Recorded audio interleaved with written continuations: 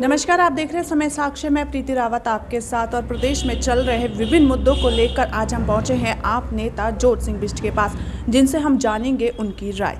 चलिए बातचीत कर लेते हैं। सबसे पहले तो सर आपका बहुत बहुत स्वागत है समय साक्ष्य में। नमस्कार। सबसे पहला सवाल तो यही है, कांग्रेस की 26 जनवरी से प्रदेश में हाथ जोड़ो यात्रा है। उनका कहना है कि जिस प्रकार से भारत जोड़ो यात्रा सफल हुई है, हाथ जोड़ो यात्रा भी उसी प्रकार सफल होगी। आप क्या विचार रखते हैं? नहीं, देखिए, भारत तो कहाँ टूटा हुआ था जिसको जोड़ने की ज़रूरत पड़ी। भारत के लोग आपस में एक हैं और जब वक्त आता है तो फिर हम सब इकट्ठा होकर के अपने खिलाफ जो ताकतें हैं उनसे लड़ते हैं। जहाँ तक ये कांग्रेस में हाथ जोड़ो की बात है, मैं देख रहा था कल रात सोशल मीडिया पर एक लिस्ट बड़ी वायरल हो रही थी और उसमें जोड़ने नहीं बल्कि तोड़ने की बातें। कांग्रेस की वो ब्लॉक अध्यक्षों की लिस्ट, सिस्टम ही किसी को नहीं पता है कि क्या काम कैसे कब होना है। पहले लिस्ट जारी होती है, फिर कहते हैं कि फर्जी लिस्ट है। भाई, दस्तखत की हुई लिस्ट फर्जी कैसे हो सकती है? तो कांग्रेस के अंदर जिस ढंग के झगड़े हैं उनको दूसरे के साथ हाथ जोड़ने से पहले आपस में हाथ जोड़ने पड़ेंगे, तब जा कर के कांग्रेस किसी दूसरे को राय दे सकती है। और जो अपने आप आपस में जुड़ कर के नहीं रह सकते तो दूसरे को कैसे राय दे सकते हैं? उत्तराखंड में युवाओं की स्थिति की बात करें तो आजकल बहुत ज़्यादा चर्चाओं पर है। पेपर लीक के लगातार बढ़ते मामलों से युवाओं में अपने भविष्य को लेकर चिंता जाहिर हो गई है। आपको क्या लगता है कि किस प्रकार से जो है युवाओं के साथ जो अन्याय हुआ है, उसके जो दोषी हैं उनके खिलाफ जो कार्रवाई की जा रही है, उससे आप संतुष्ट हैं? मुझे आपकी बात से याद आ रहा है कि उत्तराखंड राज्य आंदोलन में जब हम लोग शिरकत कर रहे थे 1994 से लेकर राज्य बनने के दिन तक, तो एक नारा बड़ा प्रचलित था कि कोदा झंगोरा खाएंगे, उत्तराखंड बनाएंगे। तो आज जो हमारे राज्य आंदोलन के शहीदों से लेकर के हम जो आंदोलनकारी लोग रहे, जिन्होंने पुलिस की लाठियां खाई, जेल की यातनाएं सही और दिन रात संघर्ष करके राज्य निर्माण की लड़ाई लड़ी, तो उस समय जब हम सोचते थे कि अगर हमारे लोग चुन करके जाएंगे, हमारे बीच के लोग कैसे हमारी बात नहीं सुनेंगे, हमारी बात सुनेंगे भी, मानेंगे भी और हमारे अनुसार काम करेंगे। यही सोच राज्य निर्माण के पीछे थी। लेकिन उस सोच को इन 22 सालों में भाजपा और कांग्रेस की सरकारों ने धूल धूसरित करने का काम कर दिया। राज्य के अंदर जो रोजगार के अवसर थे, देखिए, सरकारी नौकरियां सारे बेरोजगार नौजवानों को नहीं मिल सकती हैं, लेकिन हमने माइंड सेट लोगों का ऐसा बना दिया कि सरकारी नौकरी के अलावा दूसरे विकल्प की तरफ लोगों का ध्यान नहीं। तो पहली बात यह है कि स्वरोजगार की जो संभावनाएं हैं, अगर उस दिशा में बेहतर काम किया होता, यहाँ पर पर्यटन से स्वरोजगार में राज्य के 60% बेरोजगार नौजवानों को रोजगार दिया जा सकता है। उस दिशा में किसी सरकार ने कोई काम नहीं किया। हमारा एक नारा था कि उत्तराखंड के अंदर उद्योगों में 70% से अधिक लोगों को नौकरी देंगे।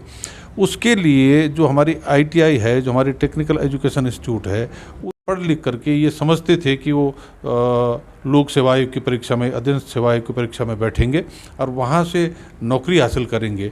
उनकी उस सारी मेहनत पर पानी फेरने का काम सरकार की कमज़ोर इच्छा शक्ति ने किया। क्योंकि मैं देख रहा था कि जिस ढंग से 42 लोगों के जेल जाने के बाद भी लोक सेवा आयोग की पटवारी भर्ती परीक्षा में नकल करने का साहस, नकल कराने का साहस एक आदमी करता है जो गोपन विभाग में काम कर रहा है।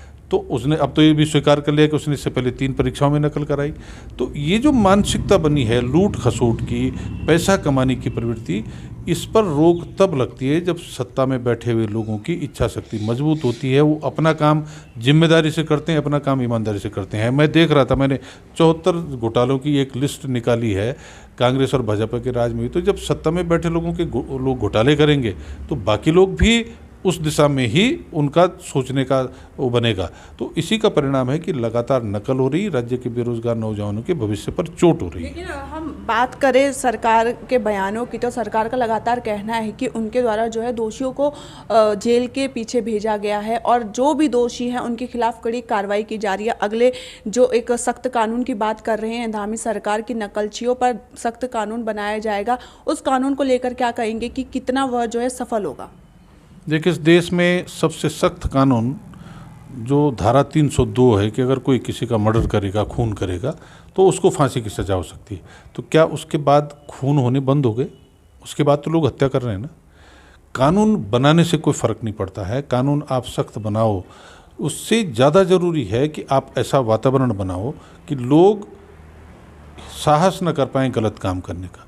यहाँ लोग ये जानते हैं कि सरकार में जो लोग बैठे होते हैं और जो ब्यूरोक्रेटिक सेटअप हमारा, उसमें जो लोग बैठे हैं वो क्योंकि अपने आप चोरी चकारी करते हैं, रिश्वतखोरी करते हैं, भ्रष्टाचार में लिप्त हैं, तो इसलिए उस नक्शे कदम पर चलने के लिए सब लोग तत्पर हैं। यही कारण है कि लोग आसान रास्ता ढूंढ रहे हैं, गलत रास्ता ढूंढ रहे हैं, और उससे राज्य का भी अहित हो रहा, राज्य के हर जनमानस का, हर उस बेरोजगार नौजवान का, हमारी मातृशक्ति का, सबका नुकसान हो रहा है।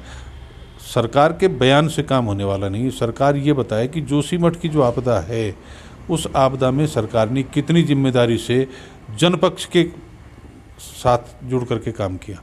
वहाँ पर सरकार का एक सेक्रेटरी रोज़ जा कर के बयान दे रहा है कि साहब पानी का रिसाव कम हो गया, ये टनल का पानी नहीं है, ये आपदा एनटीपीसी की टनल से नहीं आई है। क्या इसके लिए सरकार ही है, इसके लिए अधिकारी है?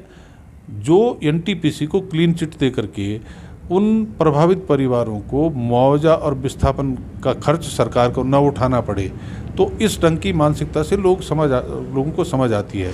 सबसे जो पहली बात है, जो राज्य आंदोलन की भावना थी, अगर सत्ता में बैठे लोग उसका सम्मान करके अपना काम जिम्मेदारी और ईमानदारी से करेंगे, भ्रष्टाचार को ख़त्म करेंगे, जैसे दिल्ली में केजरीवाल जी ने अपनी सरकार में भ्रष्टाचार पर लगाम लगाई, तो तभी तो टैक्स का पैसा जनता को निःशुल्क बिजली के रूप में, निःशुल्क पानी के रूप में या अलग अलग सुविधाओं के रूप में मिल रहा है।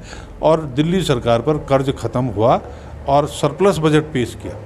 यहाँ क्यों नहीं हो पा रहा है ऐसा? हमारे पास जो राजस्व उगाही के साधन है उसको हमने क्यों नहीं बढ़ाया? हमने जो पैसे हैं उसका सदुपयोग क्यों नहीं किया? मैं राज्य के बजट का अध्ययन कर रहा था, तो बजट 40% भी 9 महीने में उपयोग नहीं हुआ और बाकी के 3 महीने में सब खत्म हो जाएगा, यानी वहाँ भी गड़बड़ी होगी। तो ये जो भ्रष्टाचार की मानसिकता सरकार की होगी, तो उसका नुकसान हर तबके को उठाना पड़ेगा। जोशीमठ आपदा की बात करें तो कांग्रेस और बीजेपी के जो लगातार नेता वहां जा रहे हैं, मुख्यमंत्री का दौरा रहा है, आपका क्या स्ट्रेटजी है इस जोशीमठ आपदा पर? नहीं, स्ट्रेटजी सरकार की होनी चाहिए, क्योंकि जोशीमठ की आपदा में जो प्रभावित परिवार हैं या जोशीमठ पूरा समग्र जो है वहाँ पर दरक रहा है, धंस रहा है, उस जोशीमठ को नए स्थान पर कहाँ बसाना है ये फैसला सरकार ने करना है। वैज्ञानिकों की रिपोर्ट के आधार पर होना है। वहाँ आपदा के कारण क्या है, ये अगर दैवीय आपदा है तो फिर लोगों को राहत राशि मिलेगी, और अगर ये मानव जनित आपदा है, एनटीपीसी की टनल की आपदा है, फिर लोगों को मुआवजा मिलेगा, उनको कृषि भूमि के बदले कृषि भूमि मिलेगी, उनको व्यावसायिक भूखंड के बदले व्यावसायिक भवनों के पर बनाने के लिए व्यावसायिक भूखंड मिलेंगे। एक प्रोसीजर है, दोनों अलग अलग है। सरकार केवल एक लड़ाई लड़ रही है कि हमने इसको दैवीय आपदा घोषित करके और तब उसके हिसाब से अपनी मर्जी से राहत पैकेज देना है। मुझे ताज्जुब इस बात का हो रहा है, आज से 12 दिन पहले प्रधानमंत्री कार्यालय की नोटिस में जब मामला आने के बाद वहाँ पर दिल्ली में मीटिंग हो जाती है, लेकिन 1 रुपये का राहत पैकेज अगर जोशीमठ के लोगों के लिए केंद्र सरकार की तरफ से नहीं आता है, राज्य सरकार मात्र 45 करोड़ रुपए रिलीज करती है, तो इससे सरकार की मंशा पता चल जाती है। हमारी पार्टी मैं 8 तारीख को पहली टीम गई, 10 तारीख को फिर मैं दूसरी टीम लेकर के गया, और एक तीसरी टीम हमारी अब जा रही है। हम तो लोगों को वहाँ सांत्वना दे सकते हैं।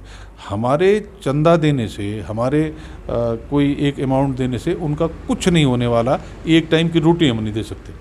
तो वहाँ पर जो फाइनेंशियल वित्तीय प्रबंधन है वो सरकार का काम है और सरकार इसको करे। मैं देख रहा था कि मुख्यमंत्री, उनके मंत्री और कुछ लोगों ने 1-1 महीने का वेतन दिया। तो क्या सरकार इतनी कंगाल हो गई, या इनको इतनी समझ नहीं है, या ये हिम्मत नहीं कर पा रहे हैं कि साहब प्रधानमंत्री जी से मुलाकात हो रही, अमित शाह जी से मुलाकात हो रही है और पैकेज केंद्र सरकार से नहीं मांगा जा रहा? क्यों? देखिए, केंद्र सरकार जब तक पैकेज नहीं देगी तब तक जोशीमठ के लोगों को न्याय नहीं मिल सकता है। जब तक सरकार एनटीपीसी को बचाने का काम करती रहेगी तब तक जोशीमठ के लोगों को न्याय नहीं मिल सकता है। इन 2 चीज़ों पर अगर सरकार ईमानदारी से काम कर लेगी तो फिर जोशीमठ का विस्थापन होगा। वहाँ की जो हमारी पौराणिक और धार्मिक धरोहर हैं, उनके लिए जो हमारे पुरोहित हैं वो उचित स्थान बताएंगे और उनको वहाँ विस्थापित किया जाएगा, और बाकी जो लोग हैं उनको कहाँ जहाँ सुरक्षित स्थान है वहाँ बसाने की बात होनी चाहिए। खेतीबाड़ी करने वालों को खेती की ज़मीन मिलनी चाहिए, कारोबार करने वालों को व्यावसायिक भूखंड मिलने चाहिए और उनके मकान बनाने की जगह मिलनी चाहिए। एक चीज़ और बहुत ज़रूरी हो गई पहाड़ में कि जो लोड बियरिंग कैपेसिटी है, बोझ धारण क्षमता जो धरती की है, उसका आकलन अब हर शहर का होना चाहिए। दूसरा ये होना चाहिए कि हम सेस्मिक जोन 5 या 4 में हैं, वहाँ कितनी मंजिल की बिल्डिंग बना सकते हैं। मैं देख रहा था मलारी होटल 6 मंजिल बनी हुई, 7वीं मंजिल बनाने की तैयारी थी, तो ये भी गलत है, इस पर भी रोक लगानी पड़ेगी। और जो अधिकारी हैं जिनके कार्यकाल में बनता है, उनकी जिम्मेदारी तय होनी चाहिए। चलिए आखिरी प्रश्न पूछ लेती हूँ। उत्तराखंड में राजनीति की बात देखें तो आपको क्या लगता है, जिस प्रकार से कांग्रेस का राज रहा, बीजेपी का राज रहा, आगे आने वाले भविष्य में आपका क्या कोई यहाँ पे राज होगा? देखिए, भविष्य के गर्भ में क्या है, मैं कोई भविष्य वेता नहीं हूँ, लेकिन हमारी ये कोशिश है कि इस देश के अंदर जो सत्ता की कुर्सी पर बैठे वो अपना काम ईमानदारी से करे, वो अपना काम जिम्मेदारी से करे और वो जनहित के फैसले लें।